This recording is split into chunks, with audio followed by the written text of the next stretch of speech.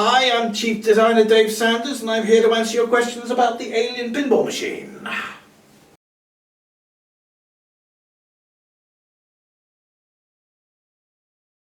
I learned so much from the greats, and that's really what shaped me as a designer.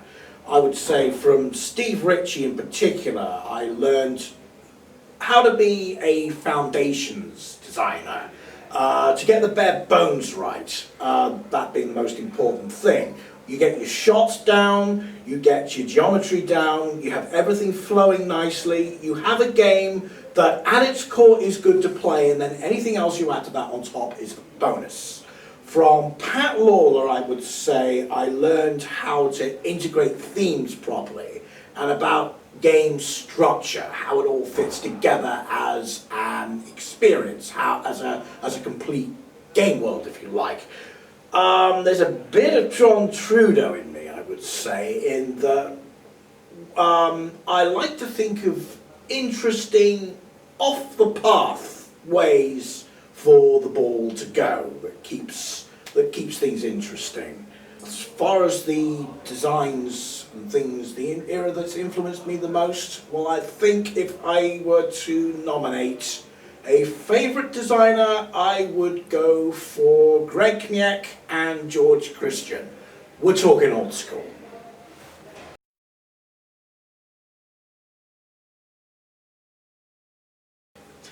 Alien still relies quite heavily on the foundation that Dennis gave. Dennis gave a lot of good ideas. Not all of them were compatible with what we wanted to do, but my involvement with the game has largely been a case of looking the whole thing over and going, okay, this is going to work, not so sure about this, we need a different way of presenting this, and tidying things up a bit, making sure that ideas that would work would do so to the best of their ability, and generally with the geometry, squeezing as much extra space out of the game as I could, making things just that little bit more efficient, just to make sure the flow was all down. If you look at the CAD layers, if you look at my CAD compared with, overlaid with Dennis's, you will see there's a lot of changes, but at the same time a lot of similarities too. I did gravitate away from what Dennis was doing, but then eventually, sort of towards the end in particular, we started moving back a bit. So there's quite a bit to compare with there.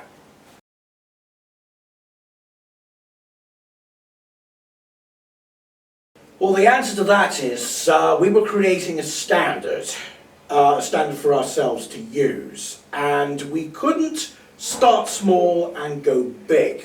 We found out fairly early on that we really needed to start big and, if necessary, condense things within it.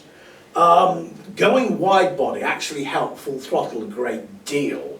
It started out as a standard body game, but just expanding it those extra few inches to help the flow of things like the cross playfield loop shot in particular was a big benefit to it.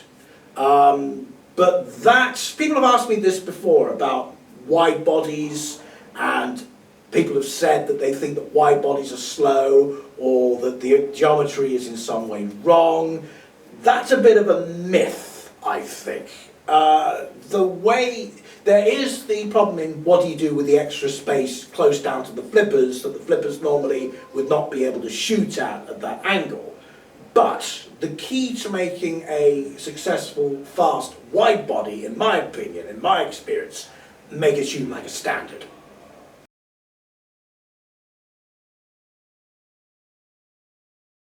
Well, suffice to say that if there are any dream themes, so to speak, they've been sketched out already in some form or another, which isn't to say that there aren't ideas that I wouldn't like to go back to.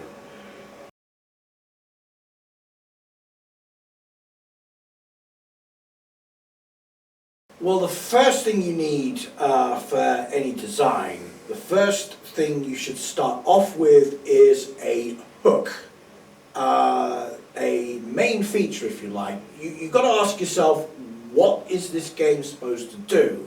What is it meant to achieve? What do I want to use from the license or thing or whatever that I've been given? What's going to be the centerpiece? You start from that basis first and work around with it. You work around that level. You do have to know from a pretty early stage what you're going to be able to use, particularly with licensing. So I would usually do start off with sketches for particular types of shots that I want the game to do, and a text document of rules and suggestions, the things that I want the game to achieve and how I see the game playing, rather than any kind of regular storyboard.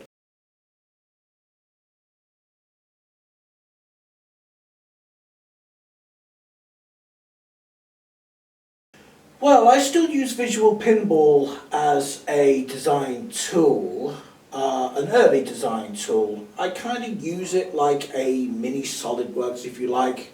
I have my own pool of accurate parts and design principles that get transferred over to CAD later on.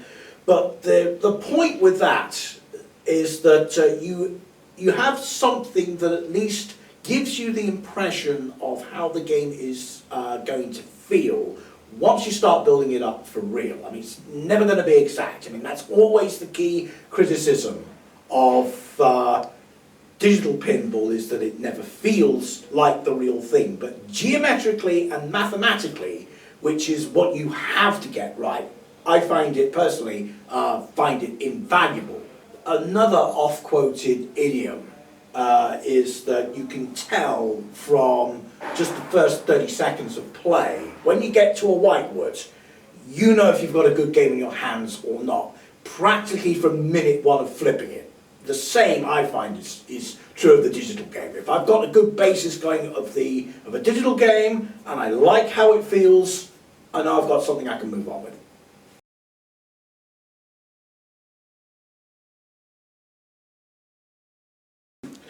Yeah, licensing is not very fun. You will always come up against restrictions on what you can do and what you're allowed to do, and people in the licensing department sometimes have a tendency to come and go, and their ideas of what they want have to change, and then the ideas that you want to put in, they also have to change. You're at other people's beck and call a lot with licensing, and licensing is expensive. This is why you're not going to see big budget dream themed games, so to speak. You're not going to see those coming out of private hands very often, because if you've got a theme, and I can tell you this from my own experience, if you've got a theme in mind and you want to make do the best possible justice of it that you can, you've got to pay for all those assets. You're just not going to be able to do that.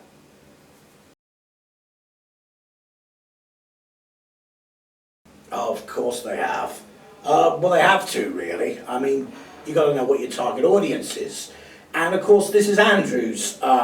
This was the thing that Andrew always wanted to do. So naturally, Andrew had the biggest input of all.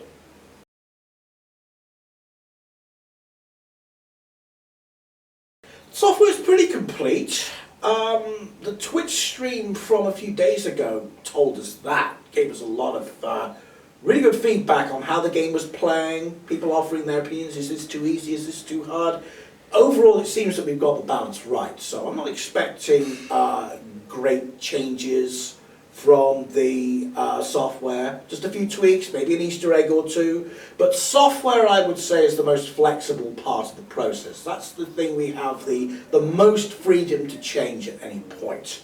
And Joe and Brian are very good players in their own right, and they know the ins and outs of what works. So, by and large, we all trust their judgment, and they will make the final call in a lot of cases.